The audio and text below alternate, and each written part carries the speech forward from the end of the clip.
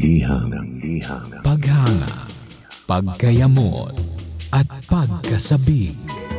Damdamin hindi masambit, sulyap na may pag-ibig at walang buwang sa bibig.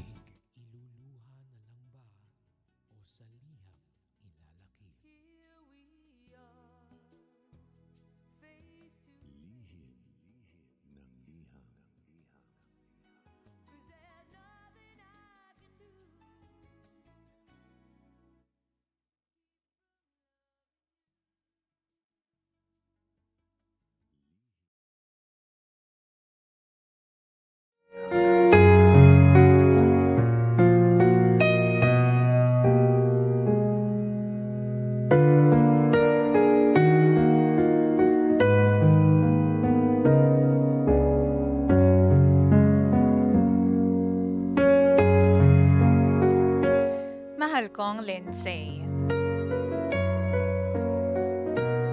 Magandang araw po sa inyong lahat. Lalong-lalo na sa mga tulad ko na fanatic na ng lihim ng liham. Pangga, I badly need your advice. Sirang-sira na po kasi talaga ang mental health ko. Hindi ko na po alam kung sino pa ang kakausapin. Lindsay, 25 years old na po ako. At kaka-break ko lang po sa aking 5-year relationship. Nakipag-break ang jowa ko sa akin. 28 na po siya, turning 29 this December. At ang dahilan niya po sa akin, hindi raw siya ang tamang lalaki na para sa akin. Ang sabi niya, hindi ako sasaya sa kanya. But we had plans in the future, DJ Lindsay. May bahay na kami at meron na kaming savings. Sa loob ng 5 taon, wala po kaming naging malalang problema. Wala pong third party o kahit sinong babae o lalaki. Tanging personality lamang po niya. Yun lang po ang problema. Napaka-introvert po niya na tao. Ang sabi niya sa akin, natalo daw siya ng kanyang mga pag-aalala. Kung kaya ba niyang panindigan yung mga plano naming dalawa. Hindi raw niya kayang ibigay sa akin yung 100% na pagmamahal at yung sarili niya sa akin. Nung sinabi niya sa akin to, nagmakaawa ako sa kanya, DJ Lindsay. Nagmakaawa ako na wag niya naman akong iwan. Kasi hindi katanggap-tanggap para sa akin yung rason niya. Nag-offer ako ng napakaraming solusyon. Pero sabi niya, kapag pinatagal pa namin, mapupunta lang din naman sa breakup. Alam mo, sobrang sakit kasi. Kasi araw-araw ko siyang nakakasama. Hatid sundo niya ako sa work. As in, siya lang po talaga yung kasama ko for 5 long years. Siya lang po ang best friend ko, TJ Lindsay.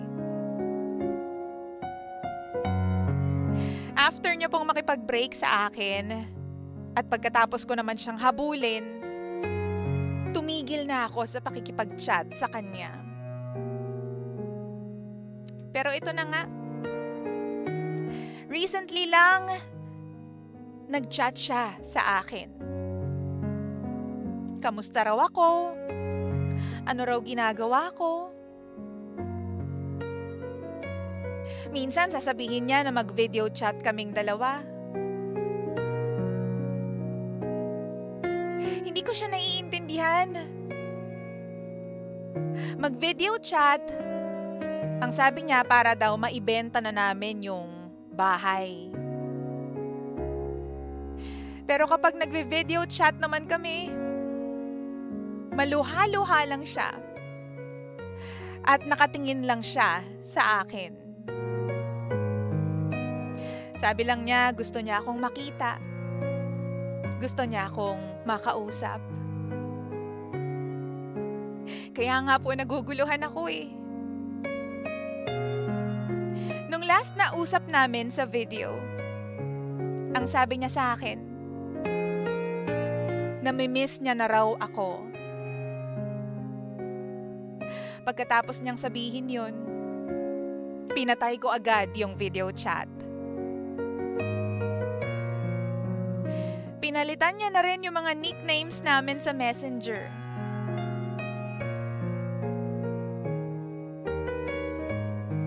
Ngayon, hindi na siya nagpaparamdam sa akin. Pero alam mo, Lindsay, araw-araw hindi siya nawawala sa utak ko. Palagi ko siyang naiisip. Alam mo yung hindi ko siya maintindihan. Hindi ko naiintindihan din yung kung anong dapat kong gawin kasi solid 5 years yun eh. May bahay na kami. May ipon na. Tapos, hindi pa pala niya ako nakikita sa future niya. Aaminin ko rin po na hanggang ngayon umaasa pa rin ako na kaya pa naming ayusin to. Pero parang ako na lang kasi yung nakakaramdam nun eh. DJ Lindsay, gusto ko lang pong malaman kung ano kayang pwede kong gawin araw-araw para gumaan naman yung loob ko. Alam nyo kasi, everyday po akong umiiyak. Sobrang bigat po sa pakiramdam. Parang nawalan po ako ng purpose sa buhay. Parang nawalan din ako ng direksyon. I lost myself through the process. Kaya please, tulungan niyo naman po ako. Nga pala, ako si Mia. At ito ang lihim ng aking liham.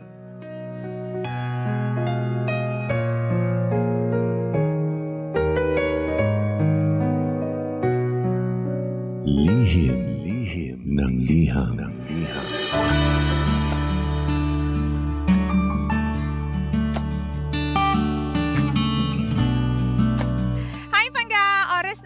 Subukan ko on. Check your time. 9:15 na po ng nagmamagandang morning. Good morning, Mia! Good morning sa mga tulad po ni Mia na talaga naman pong, mga galing sa breakup, hindi maka-move on, kasi parang hindi rin mapakali yung mga ex nila, no? Good morning po sa inyong lahat. We are live on Facebook, facebook.com/energyfm1067. And cross-posted po yan or nakapost din yan sa ating page, facebook.com/lindsay1067. Gandang umaga. Ang sakit, no? Yung tipong 5 taon kayong nagsama, tapos may bahay na kayo, may mga plano na kayo, may mga ipon na kayo. Yung iba, nagsasama, walang bahay, wala ding ipon, di ba? Oo. Nakaasa sa mga tao sa paligid nila. Pero kayo, kulang na lang kasal, di ba? Kulang na lang yung pag-settle ninyong dalawa. Kulang na lang talaga pamilya and then you guys are good na. Pero after 5 long years, doon niya lang na-realize na hindi niya pala ikaw nakikita sa kanyang future. Di ba? Imaginein mo kung gaano yung sakit na nararamdaman po ni Mia, yung pangga po natin ngayong araw na ito. Siguro, alam mo yun, masasabi ko na lang, kasi ako yung tipo ng tao na lagi kong tinitingnan yung brighter side ba.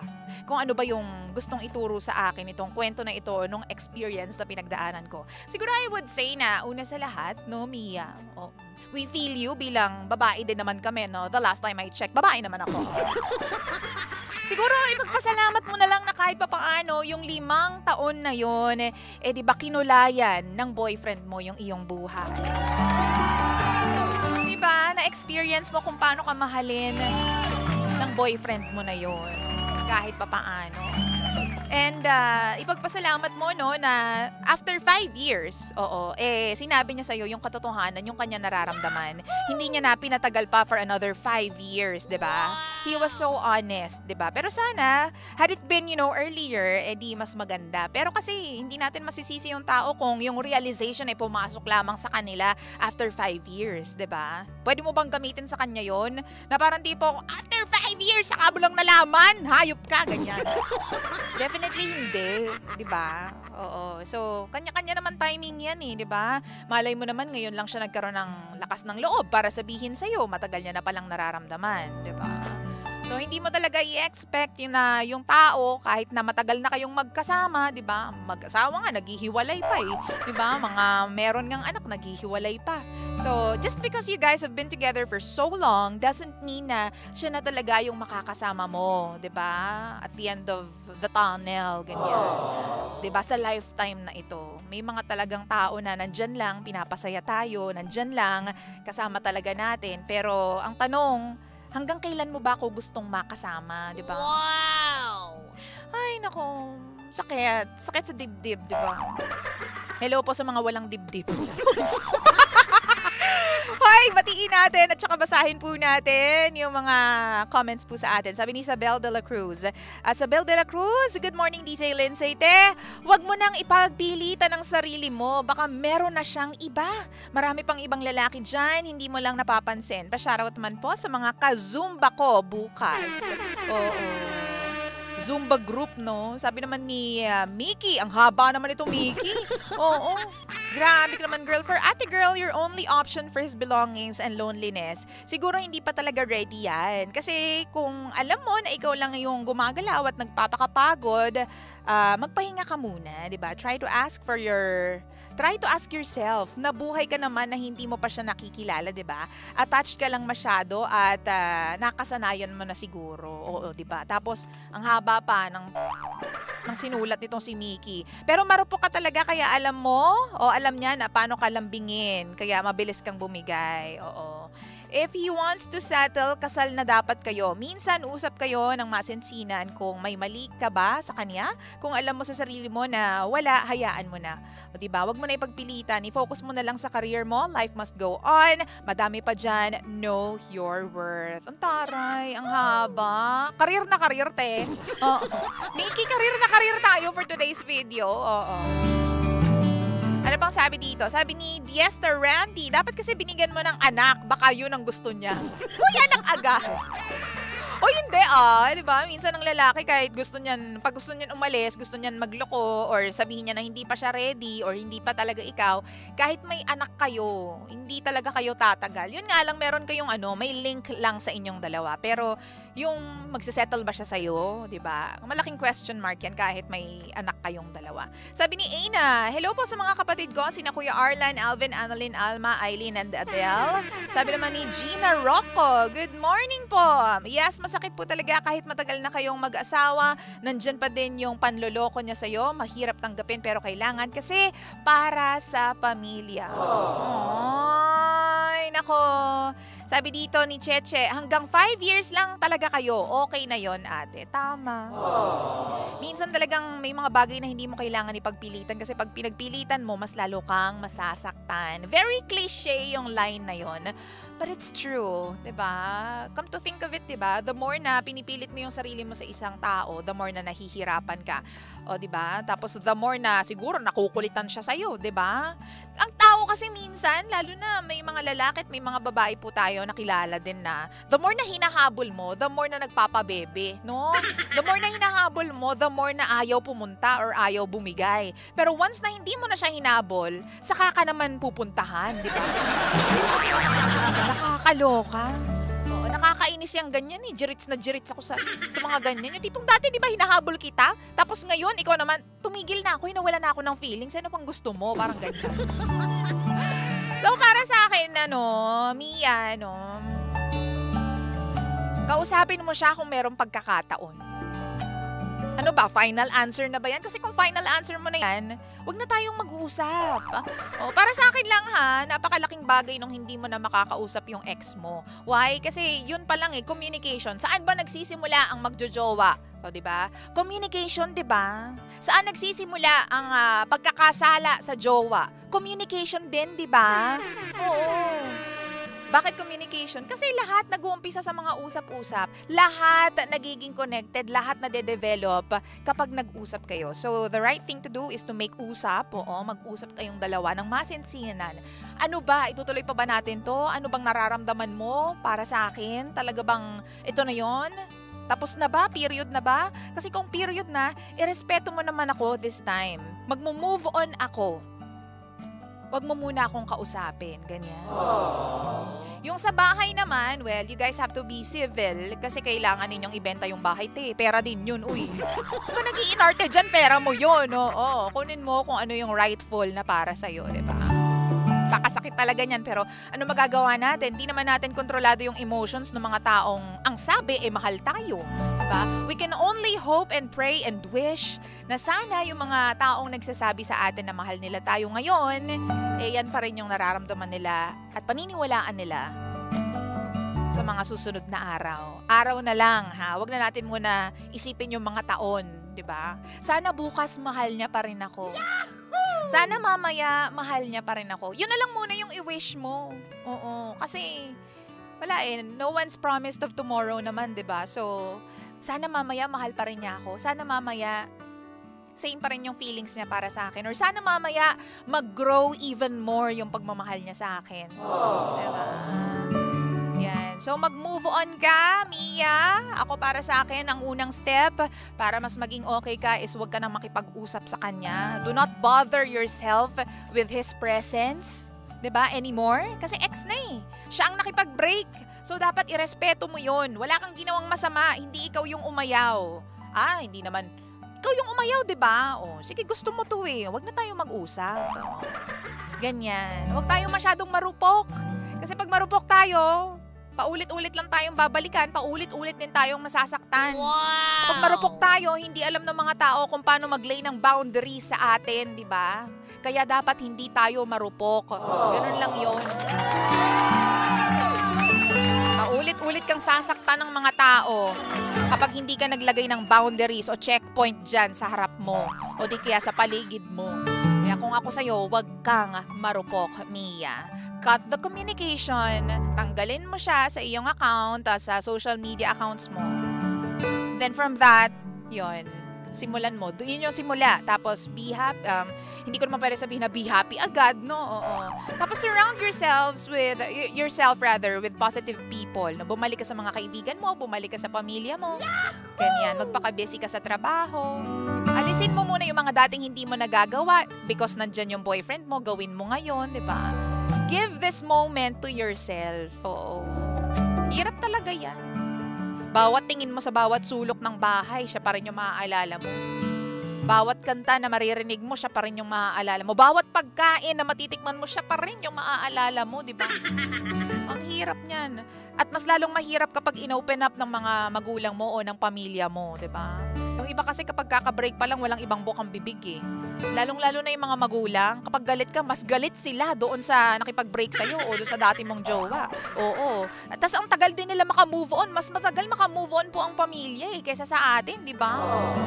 So there. O, wag mo muna siyang i-bother ang sarili mo with His presence. And mag-pray ka na sana maging maayos na ang lahat. Sana bigyan ka ng peace ng Lord sa moment na pinagdadaanan mo ngayon. Okay? Mia, 9:26 na ng umaga. Everyone, this is Kay Cal with the song, Isang Araw. It will hurt, definitely, but you just have to live with pain. And try to wish and pray na sana makasanayan mo na lang yung sakit hanggang sa hindi mo na siya mapansin pa sa mga susunod na araw. Kung may babalik